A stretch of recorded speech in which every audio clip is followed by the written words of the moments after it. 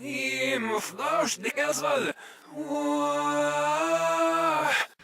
so sounds kind of strange already, but don't worry, it doesn't quite stay that way.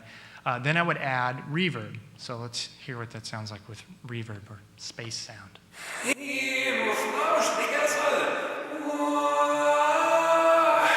now it sounds like it's in a space. But the really cool trick now is the last step. When I bounce that whole thing, I take that whole piece of audio and reverse it one more time. So what we end up with is that the reverb actually precedes every sound that's happening. So let's hear the reverse again. And there's some EQ, I think, on this one.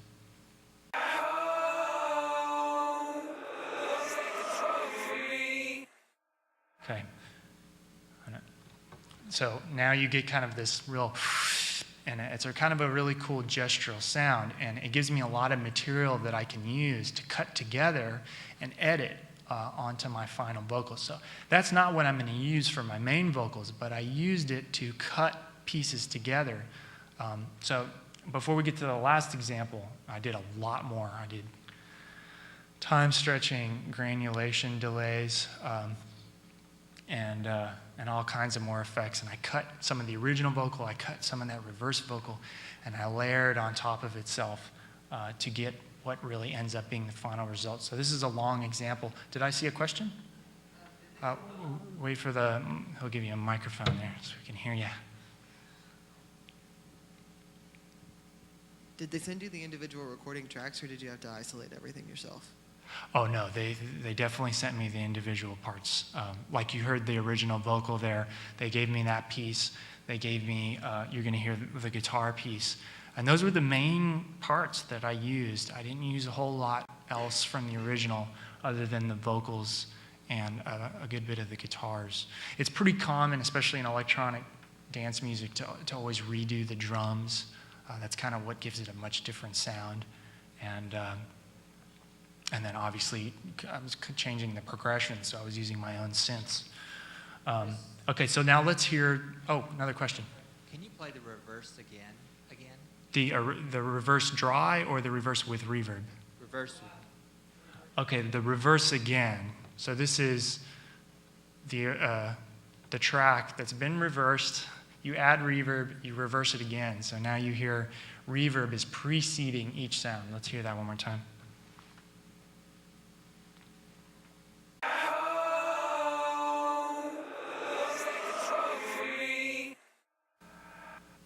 So kind of a real strange gestural motion there. All right, so now for the last version, I did even more sound design. I'm not going to go through every step that I did, but this is really much closer to what the final vocals ended up sounding like. And this is also the chorus and then the verse. And you'll notice I tried to use sound design to really kind of emphasize some of what's going on in the lyrics. So when he kind of mentions a wolf, I kind of make it go down and it's a little bit scarier. And then when he says come apart, I granulate it so that it goes apart. So let's listen to that. Love's like a drug for me.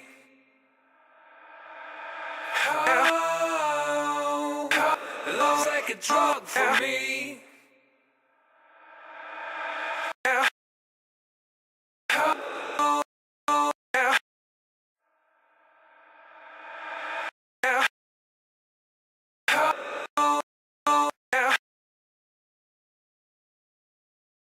You can look, but don't touch. 'Cause one taste could tear you apart. She says she just don't wanna be lonely, but she's a wolf in sheep's clothing. I never needed anyone like this before.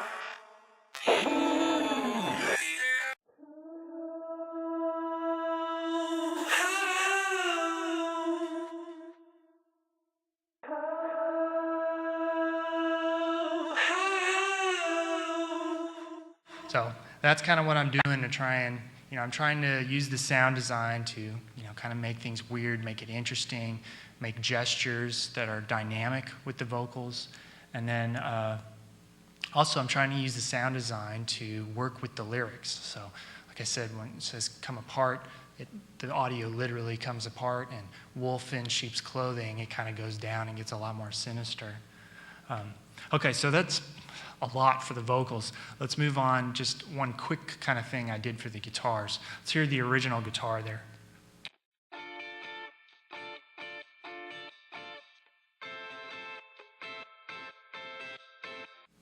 And then what I did, similar to how I treated the breakbeat, I cut up that guitar part. I wanted it to be a little more fast-paced, a little more funky. Now I lose, because of the way I cut it up, it loses a little bit of its groove, but when it's part of the whole piece, you kind of really feel it a little bit more. So let's hear the cut-up version of that guitar.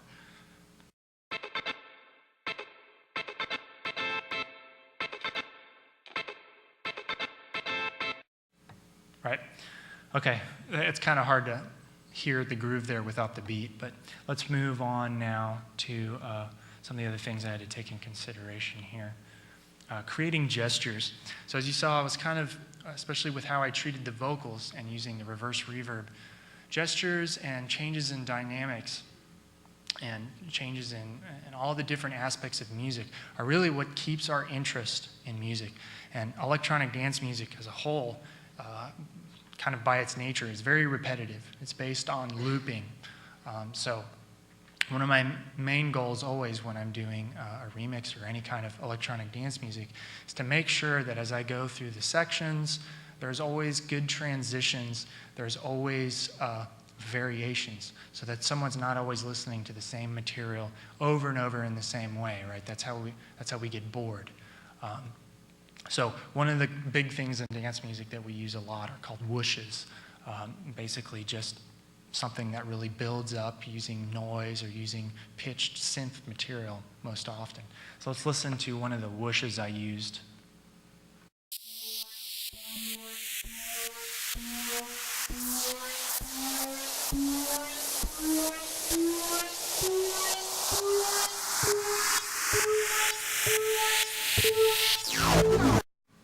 Okay, so then that was used as a transition, as you're going to see in a new section.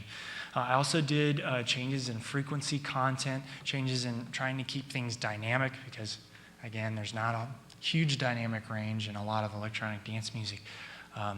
But using filters was very helpful in changes in frequency content. You could probably hear a couple filters in that last one. Also changes in texture.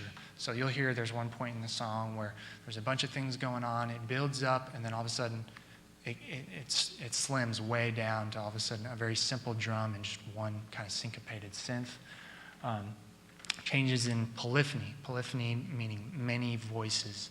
Usually we say if something's very polyphonic, it has independent voices that are moving at different times and in different directions. Well, this is pretty common, most songs have some kind of polyphony, but changing from something very polyphonic to something more homophonic, where more of the pieces are moving together at the same time, can really create an interesting gesture to really keep the listener interested. And then changes in instrumentation and kind of orchestrating how sounds move from piece to piece. So if you remember the example when I had the synths and the bass going at the same time, it was dum dum ba da da dum dum ba da da. But instead of just one instrument doing that line, you hear the bass going dum dum dum boom. When you do audio engineering and electronic music, you end up making a lot of funny noises with your mouth. It doesn't scare me to do that anymore. Right, so and so that way I'm taking one line and putting it between different voices. Just a lot of different variations here we did. And I wanted to play you two other examples of or it might be three examples of a little bit more sound design I did to create a gesture. And we're getting pretty close to being done here. One was, if you could play the original guitar number 2 that they gave me.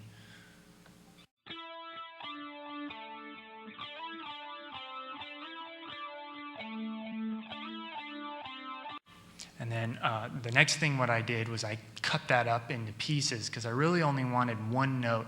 I only wanted one note, which was the tonic, the main note of the song, and I was just going to use that for a long build and a transition. So if I kept it just on that one note, then it wouldn't conflict with anything in my chord progression. So let's hear that.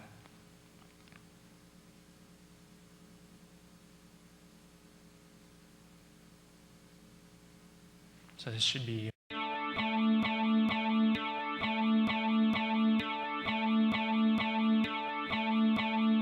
The next thing that I did was I added some distortion to really, again, give it some more grit, and then I gave it a much longer gesture using a filter and, again, changing the reverb mix at the same time. I hope I'm not getting too technical with a lot of this, but let's give that a listen.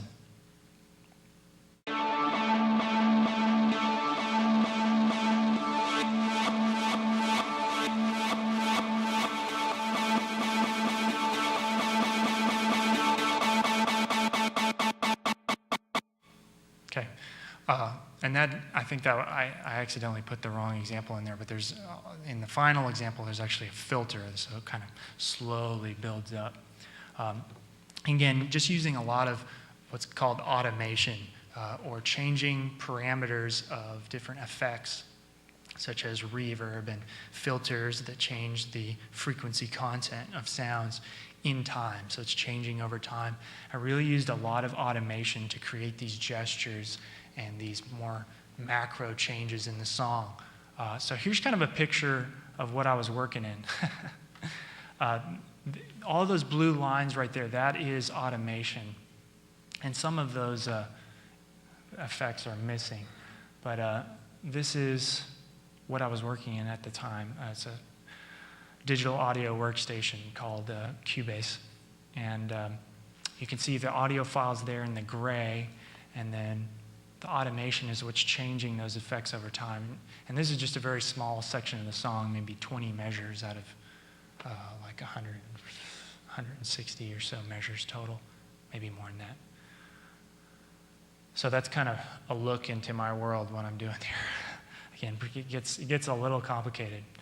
So I'm a little worried on time because I wanted to talk. I'll just try and zip through the... All right, fair enough. And again, please, guys, ask questions if you'd like. And we'll have time. We'll really ask a lot of questions later, too, if you'd like. But let's talk a little bit about the structure of the song.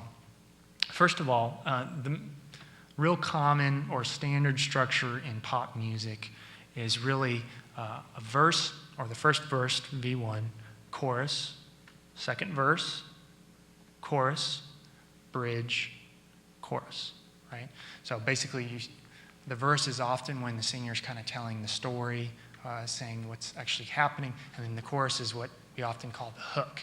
It's really the big moment in the song where you really try and grab the listener, and it's where people either they like to rock out to, or if it's a sad song, they might cry to the chorus. But arrangement and structure can get very complicated very quick, and I tend to overcomplicate structure, I think, in a lot of my dance music songs. Often dance music only has two sections. Very, very, very simple. It'll just be the hook, and it'll just vary over time, and then it'll break down. It'll take away the drums, it'll take away the hook, and there'll just be kind of a calm, more relaxed moment. Then it'll build back up and hook again, and it'll vary between that once or twice. And that's really the simpler arrangements of songs. Some of you guys have heard of deadmau5. He's a quite popular electronic music producer right now. That's kind of the structure he sticks to. He really only sticks between two main sections in a lot of his music. I tend to overdo it the opposite way, which you guys are going to see. So